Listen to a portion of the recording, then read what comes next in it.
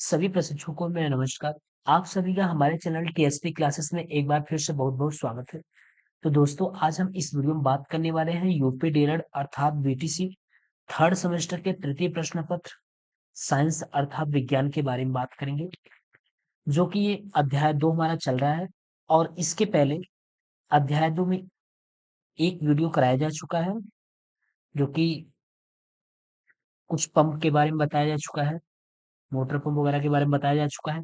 आज हम इसमें जो चर्चा करेंगे वो फुटबॉल पंप के बारे में चर्चा करेंगे। यहाँ से फुटबॉल पंप के बारे में चर्चा किया जाएगा।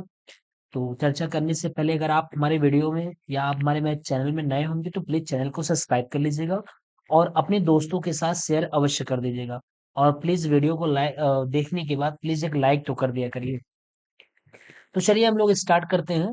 बात करते हैं फुटबॉल पंप। फुटबॉल पंप क्या है, किस प्रकार ये काम करता है, कैसे इसमें जो पिस्टन होते हैं वो किस तरीके से वर्क करते हैं कि फुटबॉल में इस फुटबॉल पंप के माध्यम से फुटबॉल में एयर को भरा जाता है, हवा को वायु को भरा जाता है, किस तरीके से वर्क करता है उसी चीजों के बारे में चर्चा करेंगे। ठीक है। इसके पिछला वीडियो आप अच्छे तरीके से देख लिए होंगे। उसमें भी जो प्रोसीजर इसमें है वैसे ही प्रोसीजर उसमें भी होते हैं, बस कुछ चीजें बदल जाती हैं, उन्हीं चीजों के बारे में हम लोग देखेंगे। तो चलिए, जैसा कि इसमें क्वेश्चन बन के आता है कि फुटबॉल पंप किस प्रकार काम करता है, आता है एग्जाम में इस तरीके से बन के कि फुटबॉल पंप किस प्रकार काम करता है। फुटबॉल आप सभी लोग देखे होंगे और फुटबॉल का जो पंप है उसको भी मैं आपको दिखा दे रहा हूँ कि फुटबॉल पंप किस किस तरीके से होता है, कैसे वर्क कर रहा है उस चीज के बारे में। जैसे देखिए यहाँ पे ये फुटबॉल पंप है आपका, ये देखिए ये फुटबॉल पंप है, इसको देख रहे होंगे आप लोग। ये फुटबॉल पंप है, इसी को हम बोलते हैं फुटबॉल पंप। ठीक, ये फुटबॉल पंप है। अब देखिए कैसे ये वर्क करता है, पहले इस चीज के बारे में हम लोग देख लेते हैं, पढ़ लेते हैं। देखिए फुटबॉल पंप, फुटबॉल पंप द्वारा फुटबॉल में हवा भरते समय ब्लेंडर में लगी पतली नली पर पंप का निचला सिरा कसकर लगा देते हैं। जैसा कि आप जब फुटबॉल, जैसे सपोज दैट ये आपका फुटबॉल पंप है, देखिए कुछ इस तरीके से फुटबॉल पंप रहता है और इसमें एक पतली नली होती है जो कि फुटबॉल में जहाँ छिद्र होता है उसमें इसको पिरो दिया जाता है और कुछ इस तरीके से इसकी हैंडल यहाँ से निकली हुई होती है, इस तरीके से, इस तरीके से हैंडल होती है और इसमें क्या होता है, इसमें आगे जाके वाशर लगा हुआ होता है। ठीक है। तो फुटबॉल पंप द्वारा फुटबॉल में हवा भरते समय ब्लेंडर में लगी पतली नली, यानी ये जो ब्लेंडर होता है, ब्लेंडर में लगी पतली नली पर पंप का निचला सिरा, ये जो पंप का ये निचला सिरा है, ये इसको क्या बोलते हैं, पंप का ये निचला सिरा है। ये पंप का क्या है, ये निचला सिरा है। पंप का निचला सिरा कस कर लगा देते हैं, यानी ये फुटबॉल में, ये हमारा फुटबॉल है, यहाँ पे एक छिद्र होता है। ठीक, इस तरीके से इसमें इसको हम लगा देते हैं, कस कर लगा देते हैं। जब पिस्टन को बाहर की ओर खींचते हैं, यानी जो ये हैंडल है, इसमें जो लगा लगा हुआ पिस्टन है, इसको जब हम बाहर की तरफ खींचते हैं तब चमड़े का वासर क्या हो जाता है, सिकुड़ जाता है। यानी जब हम इसको ऊपर की तरफ खींचेंगे, यानी पीछे की तरफ खींचेंगे, तो इसमें जो वासर लगा हुआ है, पिस्टन का जो वासर लगा है, वासर, जो वासर लगा है ये सिकुड़ जाता है और बाहर, क्योंकि जब सिकुड़ेगा नहीं तो हम इसको खींच नहीं पाएंगे ऊपर की तरफ। ठीक है। ये जो वासर होता है ना, देखिए जो ये वाशर होता है, लगा होता है, ये वाशर इससे सट के चलता है, आपके इस सरफेस से सट के चलता है, इतना बड़ा वाशर होता है, सट के चलता है, जिससे कि जो वाशर के माध्यम से अगर सट के नहीं चलेगा तो एयर जो होगा लीक करेगा, जब एयर लीक करेगा तो बना नहीं पाएगा, प्रेशर नहीं बना पाएगा। तो ये जो वाशर होता है, जब हम पिस्टन के माध्यम से इसको ऊपर की तरफ खींचते हैं तो ये जो वाशर होता है ये सिकुड़ जाता है, सिकुड़ जाता है और बाहर की वायु वाशर को दबाकर, जो बाहर की वायु होती है वो वाशर को दबाकर बेलन के अंदर क्या हो जाती है, भर जाती है। इस समय गोली रूपी वाल्व नली के ऊपरी मुंह को बंद रखता है, यानी जब हम इसको ऊपर की तरफ खींच देते हैं तो इसके अंदर क्या होती है, वायु भर जाती है, क्या हो जाती है, वायु भर जाती है। ये तो ऊपर की तरफ खींचने के लिए है। ये तो अभी जब पिस्टन ऊपर की तरफ गया है तब की प्रक्रिया है। जब ये पिस्टन ऊपर की तरफ जा रहा है तब की ये प्रक्रिया है। और जब हमारा पिस्टन नीचे की तरफ जाएगा तब क्या होगा? नीचे की तरफ जब पिस्टन जाएगा तो जैसे ये है, ये हो गया, यहाँ छिद्र है, ये लगा हुआ है, पिन लगा हुआ है। अब ये पिस्टन सपोज दैट हमारा ये है, ये मान चलिए पिस्टन सपोज दैट यहाँ तक पहुंच चुका है। पिस्टन हमारा यहाँ तक पहुंच चुका। अब हम इस पिस्टन को नीचे की तरफ ठेलेंगे। ठीक है। अभी तक तो ये ऊपर की तरफ जब हम खींच रहे थे तब की प्रक्रिया थी कि जो हमारा वाशर होता है वो इस ब्लेंडर से सटता हुआ जाता है, ऊपर की तरफ जाता है। जब ऊपर की तरफ जाता है तो इसके अंदर जो होता है वो वायु भर जाती है। वाशर को दबाकर बेलन के अंदर क्या हो जाती है? वायु भर जाती है। और वह इस समय गोली रूपी वाल्व नली के ऊपरी मुंह को क्या कर देती है? बंद कर देती है, जिससे कि वायु लीक ना करे। ठीक है, ये तो रहा जब ऊपर की तरफ गया तब। अब जब पिस्टन को नीचे दबाते हैं तब क्या होता है? जब पिस्टन को नीचे दबाते हैं तो चमड़े का वाशर पंप अंदर वायु दाब बढ़ने के कारण क्या हो जाता है? फैल जाता है। अब क्या हो जाता है? फैल जाता है। पहले जब जा रहा था तो हल्का हल्का इसमें स्पेस था, यानी ये सिकुड़ा था, हल्का हल्का स्पेस था। लेकिन अब जब उसको नीचे की तरफ पुश करेंगे, दबाएंगे, तो वही वाशर क्या हो जाएगा? जो सिकुड़ा था वो फैल जाएगा। अब बिल्कुल सट के दबा के चलेगा, जिससे कि कोई भी वायु थोड़ा सा भी लीक ना करे। इसके पहले जो चल रहा था वो वायु भरने के लिए थोड़ा बहुत स्पेस था। थोड़ा बहुत हम उसको स्पेस मान लेंगे, क्योंकि जब स्पेस नहीं रहेगा थोड़ा बहुत तो वायु अंदर नहीं जा पाएगा। और जैसे ही जब वाशर, यानी जब पिस्टन को हम नीचे दबाते हैं तो वाशर बिल्कुल क्या हो जाता है? फैल जाता है। जब फैल जाता है तो बेलन की दीवार से सट कर जाता है। जो हमारा बेलन होता है, बेलन की दीवार से क्या हो जाता है? सट कर जाता है। और बेलन के अंदर वायु दाब बढ़ने के कारण नली में गोली अपने स्थान से हट जाती है। नली में क्या होती है? गोली अपने स्थान से हट जाती है और वायु क्या हो जाता है? उस फुटबॉल या वॉलीबॉल के अंदर क्या हो जाता है? प्रवेश कर जाता है। और इसी तरीके से प्रेशर के माध्यम से वायु उसमें भर जाता है। तो ये इसी तरीके से इसकी प्रक्रिया होती है। एक बार मैं फिर से इसको समझाना चाहता हूं आपको कि बेलन नुमा जो आपका ये पंप होता है, ये 2 तरीके से काम करता है। एक बार कब? जब हम पिस्टन को ऊपर की तरफ खींचते हैं तब। और दूसरा, देखिए यहाँ पे, जब हम पिस्टन को ऊपर की तरफ खींचते हैं तब।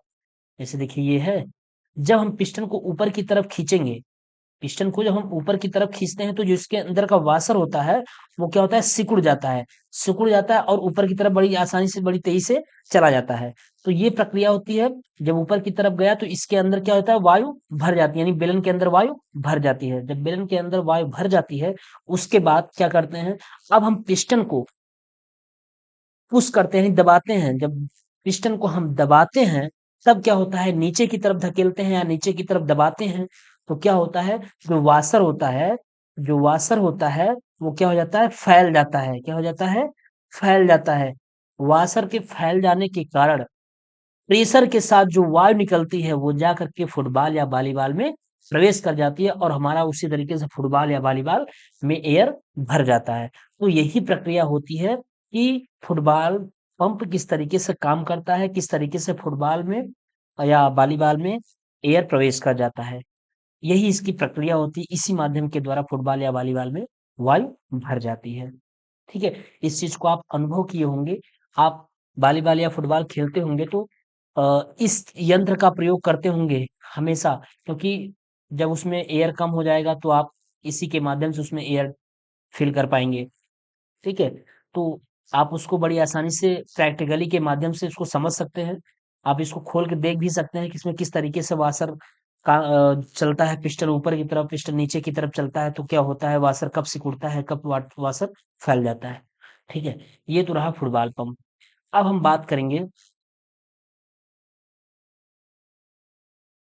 देखिए, ब्लेंडर में, यानी जो पंप था वो ब्लेंडर में पहुंच जाता है और हत्थे को कई बार ऊपर नीचे करके ब्लेंडर से वायु भर जाती है। यानी वही प्रक्रिया कि हम बार बार उसको ऊपर नीचे कर करके और उसमें वायु क्या कर देंगे? प्रवेश कर देंगे, भर देंगे आसानी से। ठीक। अब बात आती है साइकिल पंप। जिस तरीके से फुटबॉल पंप काम कर रहा था, उसी तरीके से थोड़ा बहुत क्या होगा, साइकिल पंप काम करेगा। थोड़ा-सा इसमें स्ट्रक्चर में परिवर्तन रहेगा। कैसे देखिए, साइकिल पंप धातु का खोखला बेलन होता है। क्या होता है? धातु का खोखला बेलन होता है। इसके निचले सिरे पर साइकिल में हवा भरने के लिए रबर ट्यूब एवं हवा भरते समय पंप को जमीन पर स्थिर रखने हेतु धातु की एक पटरी लगी होती है, जिसको पटरी पे हम अपना पैर रखते हैं, जिससे कि वो दबा रहे और हम आसानी से पंप कर सकें। इस पटरी को पैर से दबाकर पंप को सीधा खड़ा रखते हैं। ठीक है? इस चीज़ को आप देख रहे होंगे, जानते होंगे, इसका अनुभव भी कर लेते होंगे कि कैसे हम पंप को खड़ा करते हैं। उसमें दोनों तरफ या पटरी लगी होती है या तो फिर रॉड टाइप का निकला हुआ होता है और उसको हम दोनों पैरों पे दबा लेते हैं। दोनों पैरों से दबा सकते हैं या एक पैर से दबाएँगे और अगला पैर थोड़ी दूरी रहता है, तो उसके माध्यम से भी उस तरीके से भी हम हवा भर सकते हैं। पटरी को पैर से दबाकर पंप को सीधा खड़ा रखते हैं। पिस्टन के ऊपरी सिरे पर हत्था लगा रहता है। आप देख रहे होंगे पिस्टन की जो ऊपरी सतह है उसके ऊपर हत्था लगा रहता है। देखिए जैसे ये देखिए, ये देखिए, ये। ये देखिए ये जो पटरी बोल रहा था वो यही है। इसी को पैर से क्या हो जाता है? पैर से दबा दिया जाता है। पैर से इसको दबा लिया जाता है इन दोनों को। और इसमें ये जो नली होती है ये वाली, इसको हम क्या करते हैं साइकिल के ट्यूब में इसको लगा देते हैं, फिट कर देते हैं। और इसके जो धात के ऊपर होता है ये पिस्टन खींचने के लिए यहाँ पे एक क्या लगा होता है, हत्था लगा होता है। अब इसी को हम अपने हाथ, दोनों हाथ से ऊपर और नीचे करते हैं। ठीक, यही चीज में बताया हुआ है। चलिए देखिए,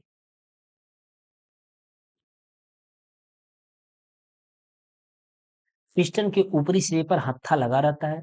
जब पंप के हत्थे को ऊपर की ओर खींचा जाता है, ध्यान दीजिएगा, जब पंप के हत्थे को हम ऊपर की ओर खींचते हैं, यानी ऊपर की ओर खींचा जाता है, तब पिस्टन के नीचे खाली स्थान बढ़ने के बाद वायु दाब क्या हो जाता है? कम हो जाता है। वायु दाब कम हो जाता है जब, कब कम होता है?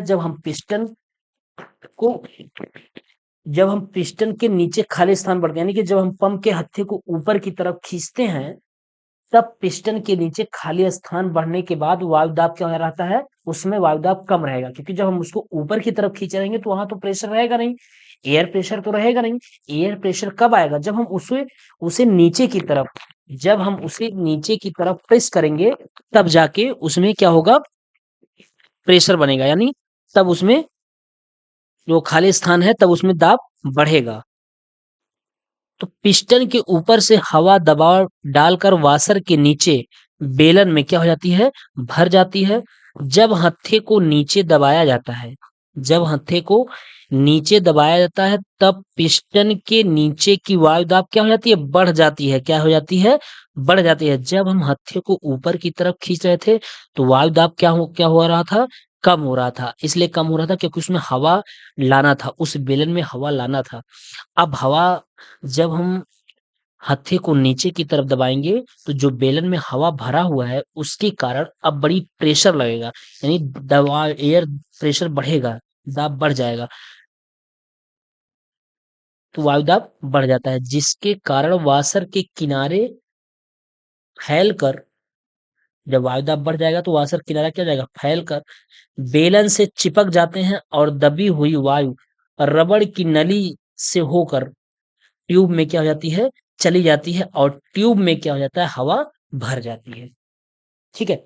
इस चीज़ को आप अनुभव कर सकते हैं कि जब हम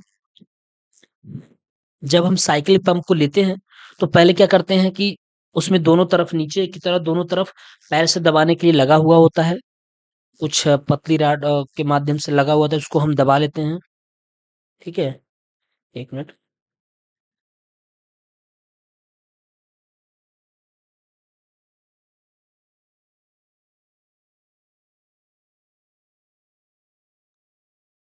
चलिए, तो जो पंप होता है, पंप में नीचे की तरफ पैर दबाने के लिए बना हुआ होता है। हम पैर को दबा लेते हैं और उसके ऊपर बेलन हुई होती है। बेलन से अटैच आपका हत्था होता है, जब हम हत्थे को ऊपर की तरफ खींचते हैं जब हम हत्थे को ऊपर की तरफ खींचते हैं, तो जो खोखला बेलन होता है उसमें वायु भर जाती है।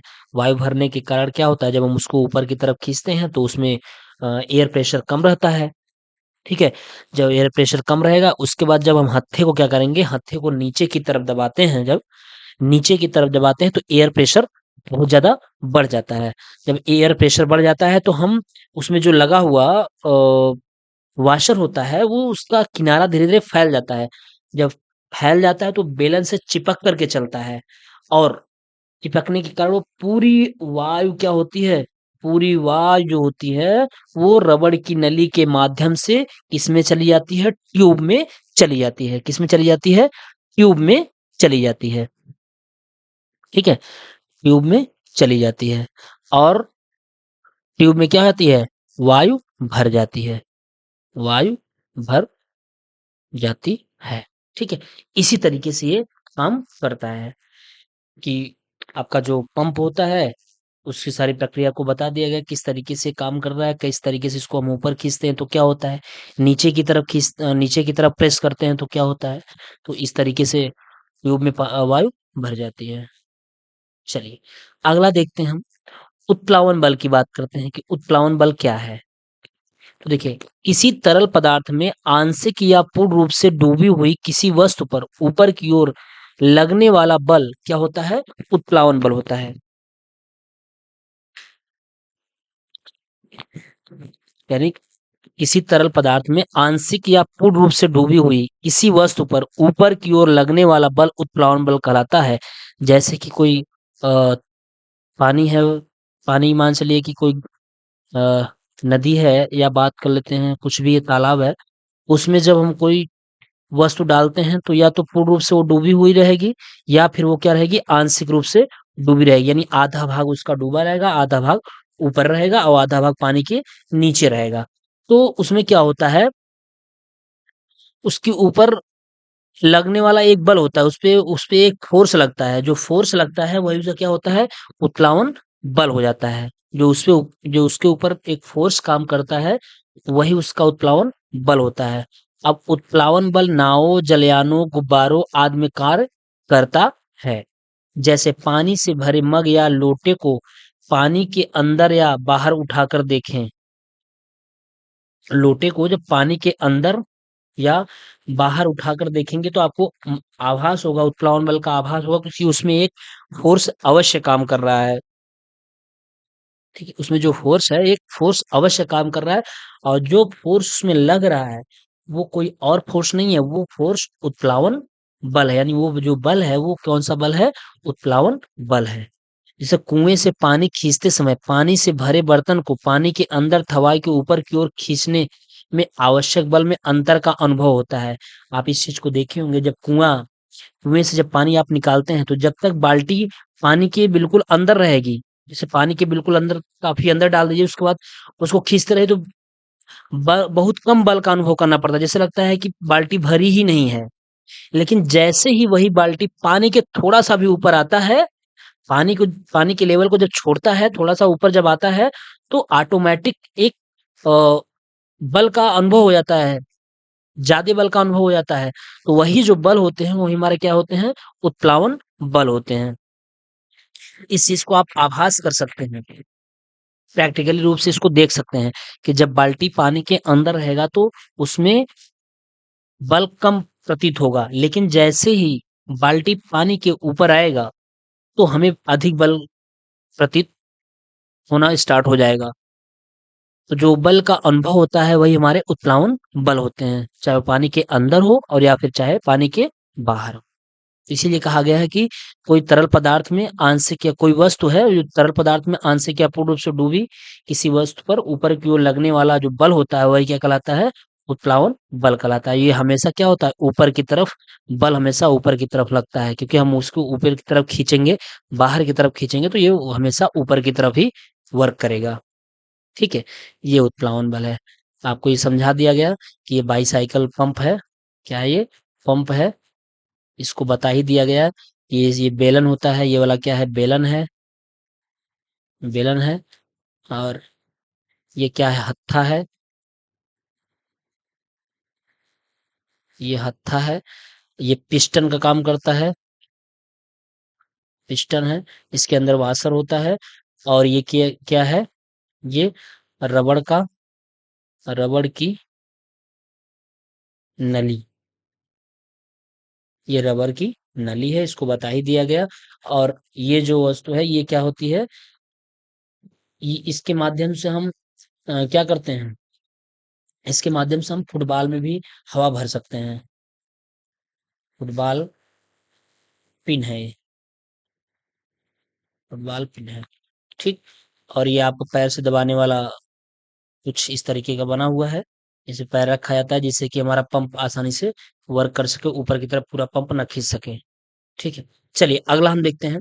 कह रहा है किसी वस्तु को किसी द्रव में डुबोने पर उसके भार में कमी प्रतीत होती है। वस्तु पर लगने वाला उत्प्लावन बल उसकी आकृति एवं आकार पर निर्भर करती है, ठीक है। जो अभी हम उत्प्लावन बल की बात कर रहे थे, उसमें क्या था कि किसी वस्तु को किसी द्रव में डुबोने पर, यानी जब कोई वस्तु है उसको द्रव में या पानी में डुबोने पर उसके भार में कमी प्रतीत होती है। जब हमने बताया ना, जब कुएं से आप पानी भरते हैं तो जब तक बाल्टी पानी के अंदर रहेगी तो भार कम प्रतीत होगा, बिल्कुल नहीं, बिल्कुल जीरो प्रतीत होता है।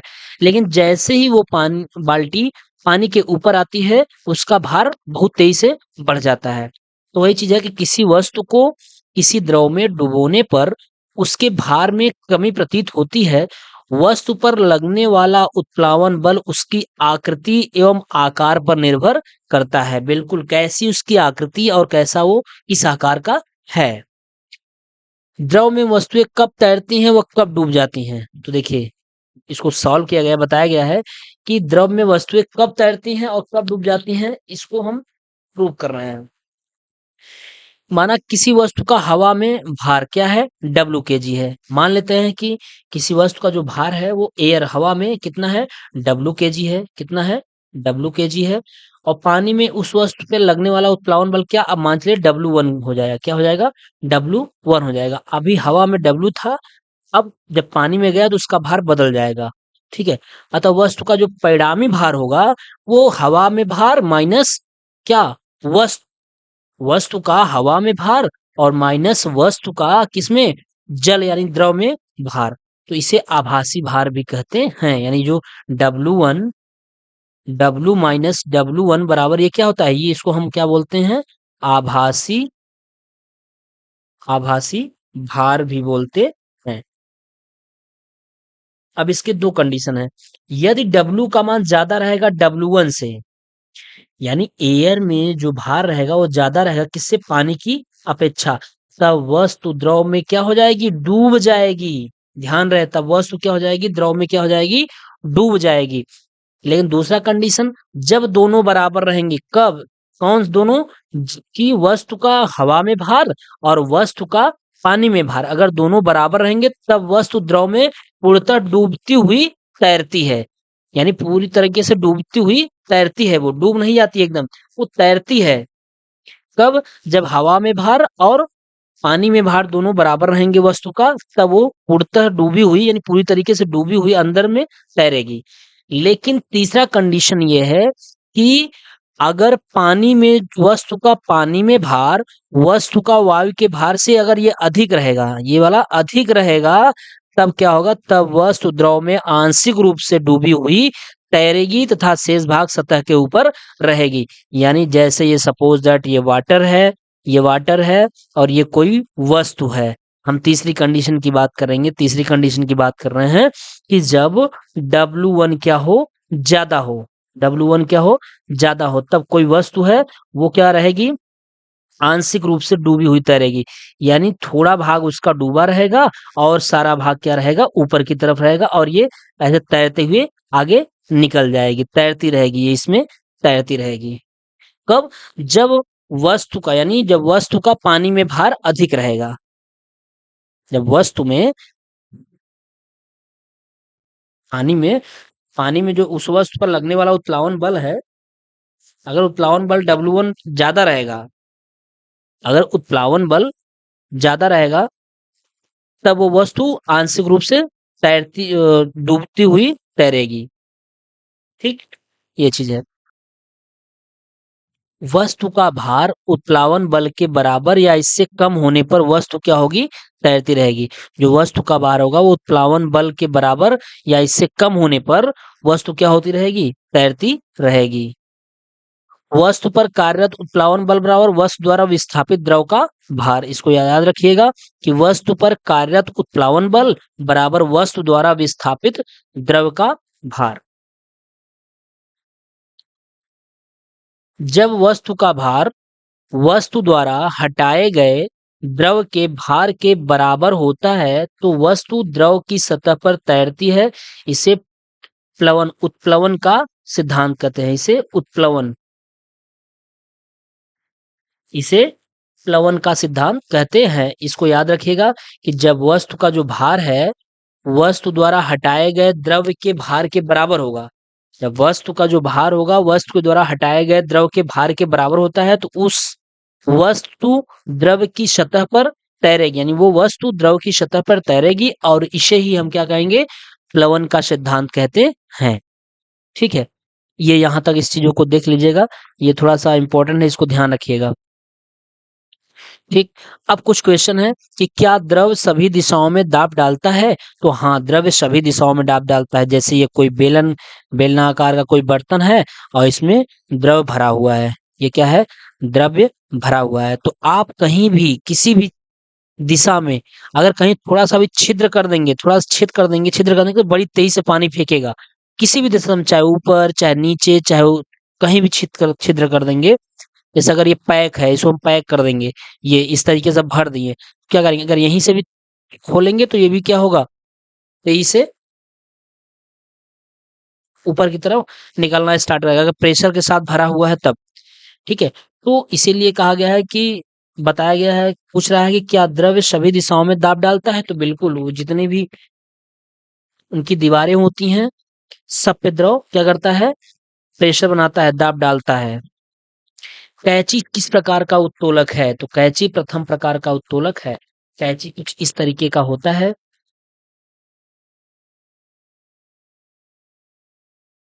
कुछ इस तरीके का होता है कैंची।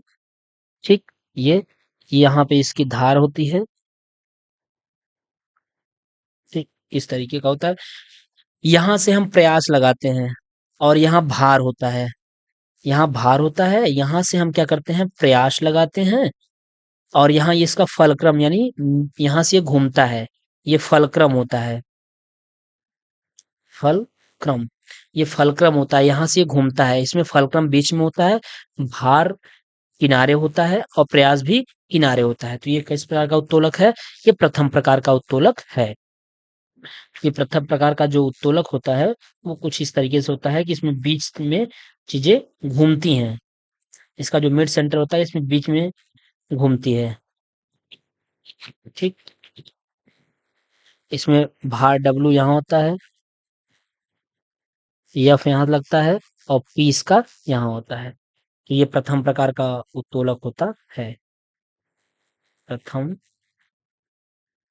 प्रकार का उत्तोलक है, ये प्रथम प्रकार का उत्तोलक है। ठीक है, चलिए आगे देखते हैं, हम डेंसिटी की बात कर लेते हैं। घनत्व क्या है? डेंसिटी, तो किसी वस्तु का द्रव्यमान तथा आयतन के अनुपात को उस वस्तु के पदार्थ का घनत्व कहते हैं। किसी वस्तु का द्रव्यमान तथा आयतन के अनुपात को उस वस्तु के पदार्थ का घनत्व कहते हैं। घनत्व बराबर क्या होता है, द्रव्यमान बटा आयतन। घनत्व डी बराबर क्या होता है, डी बराबर एम अपान वी। डी बराबर एम अपान वी।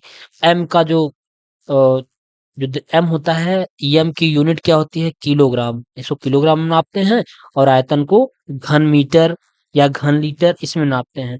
तो डी बराबर एम अपान बी। इसका डी का जो मात्रक होगा, डी का मात्रक होगा किलोग्राम प्रति घन मीटर।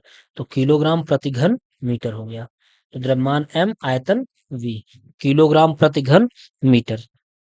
ठीक, ये हुआ। अब हम द्रव्यमान की बात कर लेते हैं। द्रव्यमान किसे कहते हैं? तो द्रव्यमान किसी वस्तु में उपस्थित उसकी पदार्थ की मात्रा को द्रव्यमान कहते हैं। यानी पदार्थ की मात्रा को क्या कहते हैं? द्रव्यमान कहते हैं। कि पदार्थ की कितनी मात्रा है वही उसका क्या होता है? द्रव्यमान हो जाता है। ठीक है। इसका मात्रक किलोग्राम, ग्राम आदि होता है। द्रव्यमान को किससे व्यक्त करते हैं? अभी हमने बताया कि द्रव्यमान को किससे व्यक्त किया था? यम से। तो द्रव्यमान किससे व्यक्त करते हैं? यम से। अब बात आती है आयतन क्या होता है? आयतन को देख लीजिए। सभी पदार्थ स्थान घेरते हैं। इसे त्रिविमीय स्थान की मात्रा की माप को आयतन कहते हैं। यानी जो हमारे पदार्थ होते हैं वो सब क्या होते हैं? स्थान घेरते हैं, और वो त्रिविमी में स्थान घेरते हैं। उसी की जो माप होती है वही क्या कहलाती है? आयतन कहलाती है। इसका मात्रक कई होता है। घन मीटर भी हो सकता है, घन लीटर भी, घन सेंटीमीटर, बहुत सारे होते हैं। घन मिलीमीटर, मतलब जिसमें घन लगा रहेगा वो क्या हो जाएगा? आयतन का मात्रक हो जाएगा। इसे किससे प्रदर्शित करते हैं? इससे वी से प्रदर्शित करते हैं। वी फॉर वॉल्यूम, है ना? V for volume. Volume means आयतन होता है। ठीक। कुछ नोट पॉइंट हैं, इसको ध्यान रखिएगा कि जल का घनत्व कितना होता है? 1000 किलोग्राम प्रति घन मीटर। इसको याद रखिएगा कि जल का जो घनत्व होता है वो कितना होता है? 1000 किलोग्राम प्रति घन मीटर होता है। ठीक है। और पारे का जो घनत्व होता है वो 13600 किलोग्राम प्रति घन मीटर होता है। पारे का घनत्व बहुत अधिक होता है। पारे का घनत्व जल के घनत्व से अधिक होता है, इस चीज को ध्यान रखिएगा। यदि हम 1 मीटर लंबी, 1 मीटर चौड़ी तथा 1 मीटर ऊंची वाले बर्तन को पूरी तरीके से पारे से भर दें तो उस बर्तन में पारे का द्रव्यमान कितना होगा? 13600 किलोग्राम प्रति घन मीटर होगा, है ना? ये चीज होगा कि ये बताया हुआ है कि किस तरीके से इसको हम निकालते हैं। तो अगर कोई बर्तन है उसमें 1 मीटर लंबाई और 1 मीटर चौड़ाई और 1 मीटर ऊंचाई वाले बर्तन को पूरी तरीके से आप पारे से भर देंगे तो वही हो जाता है 13,000। जो उसका द्रव्यमान हो जाता है वो हो जाता है 13,600 किलोग्राम प्रति घन मीटर हो जाता है। तो बताया हुआ है कि किस तरीके से इसको हम निकालते हैं, कैसे ये हो जाता है। ठीक है। कुछ क्वेश्चन दिया हुआ है, ये देख लेते हैं।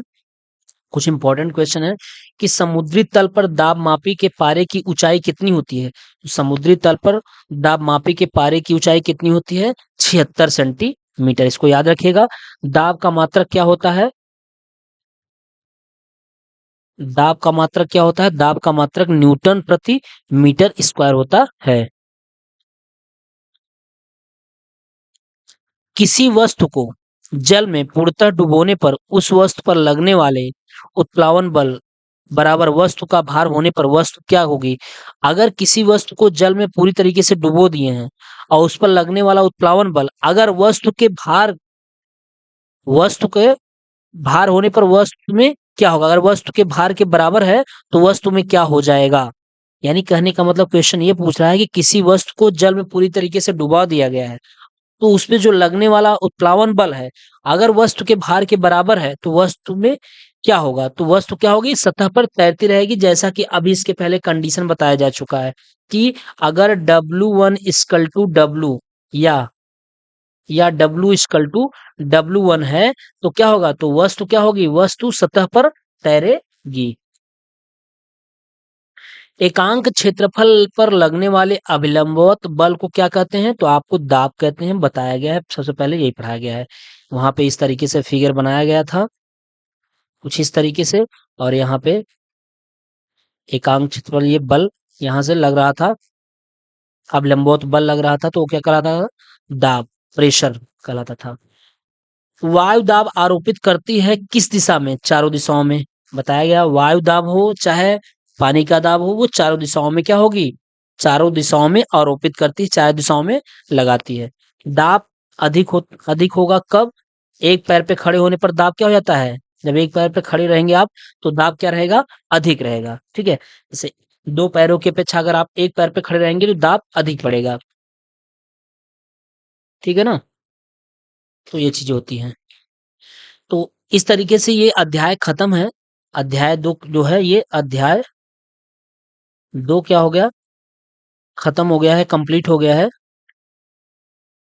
ठीक। ये कंप्लीट कराया जा चुका है।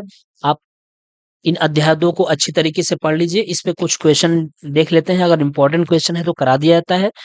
उसके बाद हम नया अध्याय स्टार्ट करेंगे और जैसे ही आपका सिलेबस खत्म होगा, जल्दी ही सिलेबस खत्म करने की कोशिश करेंगे।